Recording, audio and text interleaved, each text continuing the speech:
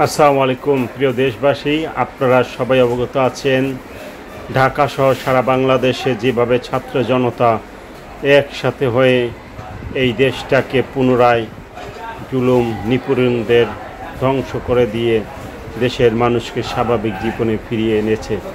আজ আমি এই রাস্তা দিয়ে প্রতিদিনই যাই, কিন্তু আজকে আমি মনে হলো নতুন এক বাংলাদেশ থেকে যাচ্ছি। দেখা যাচ্ছে ছাত্র ভাইরা যেভাবে ট্রাফিক পুলিশের দায়িত্ব পালন করছে, একেবারে স্বতঃস্ফূর্তভাবে দেশে কোনো যানজট নেই। নিজেদেরভাবে কোনো প্রশিক্ষণ ছাড়াই তারা নিজেদের মতো করে ট্রাফিক সিগন্যাল ব্যবস্থাকে সচল রেখেছে। দেখে মনটা জুড়িয়ে গেল, মনটা ভরে গেল, চোখ জুড়িয়ে গেল।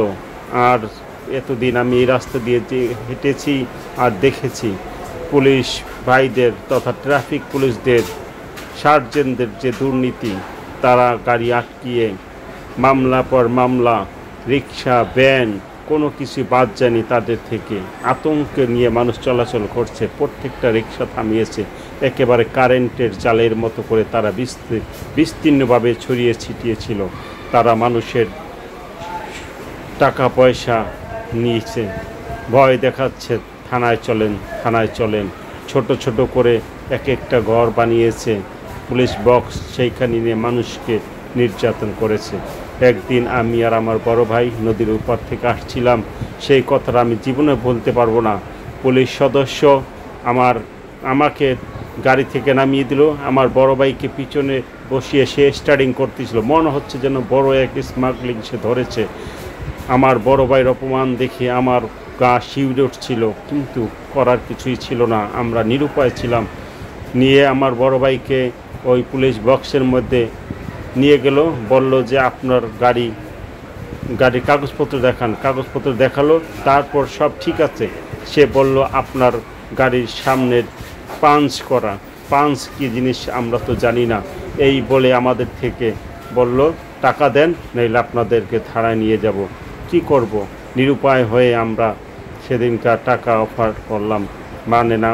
তারপরে কম হইলো, আমার ভাই 5,000 টাকা দিয়েছে। 5,000 না কত দিয়েছে সরি, সেটা আমার খেয়াল নেই, কিন্তু একজন দারোগাকে তো কম দিলে হয় না। আমার বড় ভাই বলল একজন দারোগা, তাকে তো কম অফার করলে হবে না।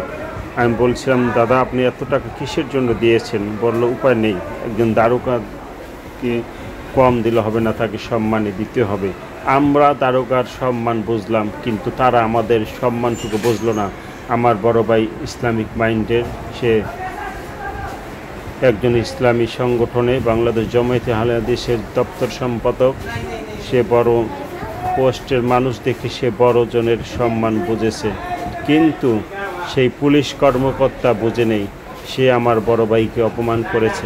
দেখেন বিদেশের রাস্তাঘাটের অবস্থা আর আমাদের রাস্তাঘাটের অবস্থা। আজকে দেখলাম রাস্তা পুরোই ক্লিন, নিট অ্যান্ড পরিষ্কার।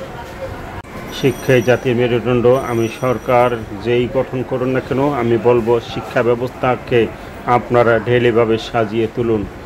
এই মানদাতা আমলের শিক্ষা ব্যবস্থাই ভালো ছিল।